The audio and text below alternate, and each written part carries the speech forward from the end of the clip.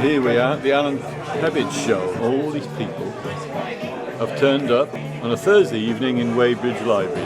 This is the launch of Alan Peppitt's Killer Queen, a wonderful, dark satire on the state of education and our schools and how they're run. Alan's taught in schools for nearly 40 years and a lot of what he's written is based on his experiences. You'll go out about running soon. Go on about running. How many times did you beat him? I used to run against Alan, he never beat me. Coming everybody to Alan Peppitt's book launch of Killer Queen. For all intensive purposes, I'm the face of Brigand. It's a small micro publishing press. Alan's book is our 6th book, and possibly our best.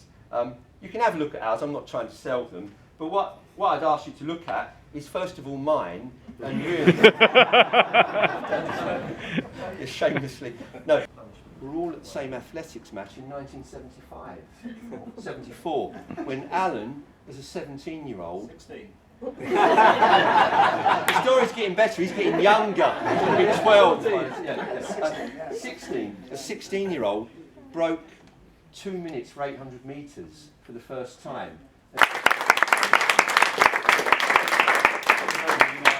And seeing lots of familiar faces out here, it feels a bit like sort of This Is Your Life, really. This book's not about special needs, although there are plenty of adult characters who clearly have some kind of learning difficulty. So, this reading is taken from September 1997, and Kingswater School, as it's called, is in the middle of an Ofsted inspection.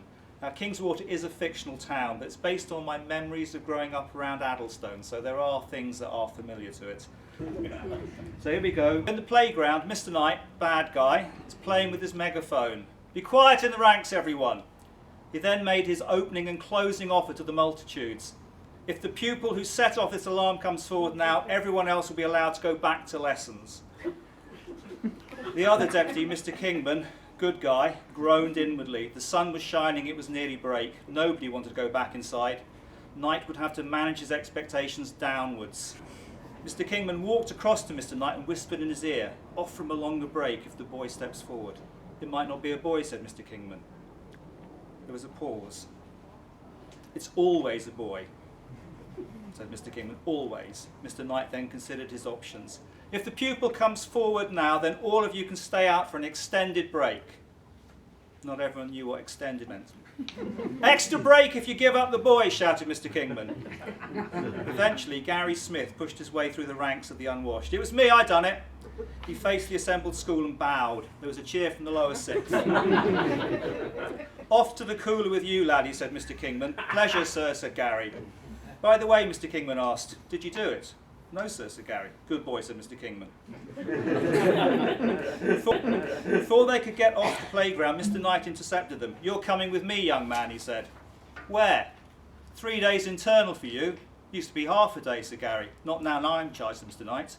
Gary sang from a different sheet. "I didn't fucking do it," he said. "I think you did," said Mr. Knight. As they were walking back to the building, the head's PA ran towards Mr. Knight. "It's been a technical fault on the school alarm," she said. "It's all sorted out now." "See," said Gary, but the facts were not going to save him. 3 days internal exclusion for wasting my time and swearing." "Fuck off, Donut," said Gary. "That's 4 days." "Fuck off."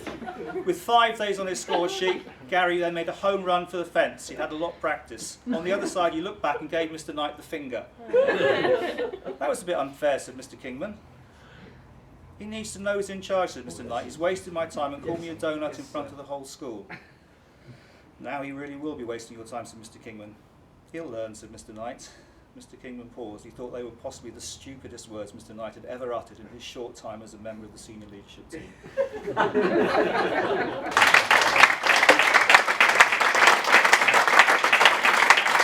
Q&A. Any questions from the floor? Sounds like my kind of Q&A.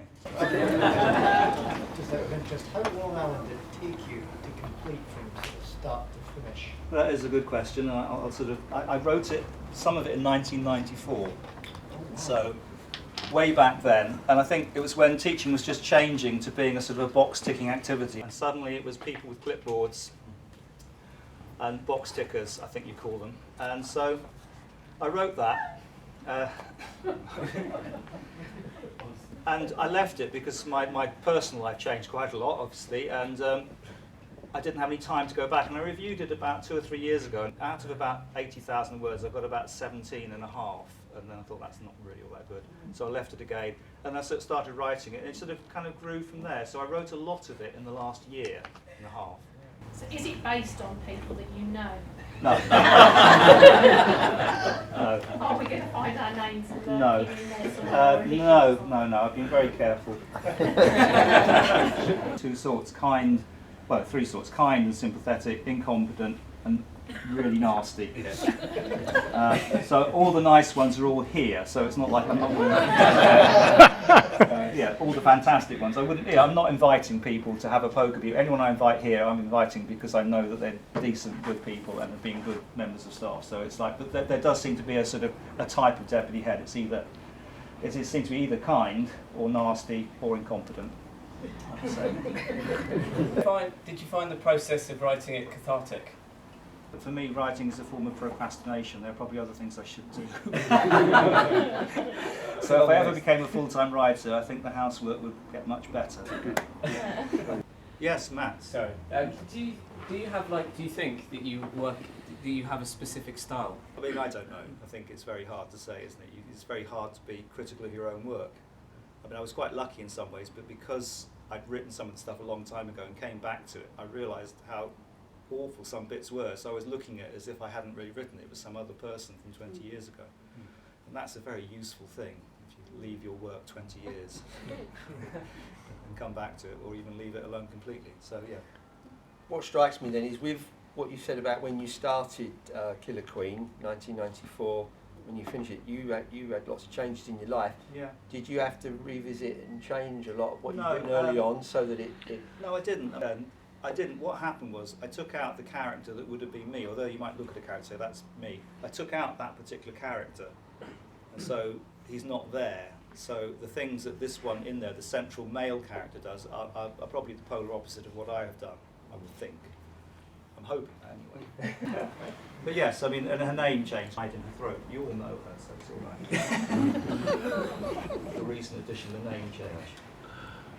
Did you ever suffer from writer's block, and what do you do with it? You enjoy it?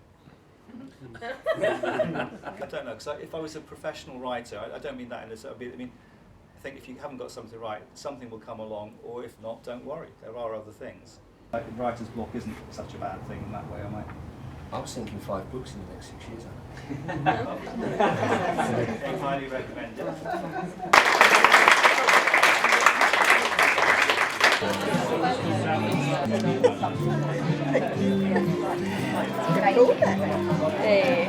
To you? Yeah, me and Mum.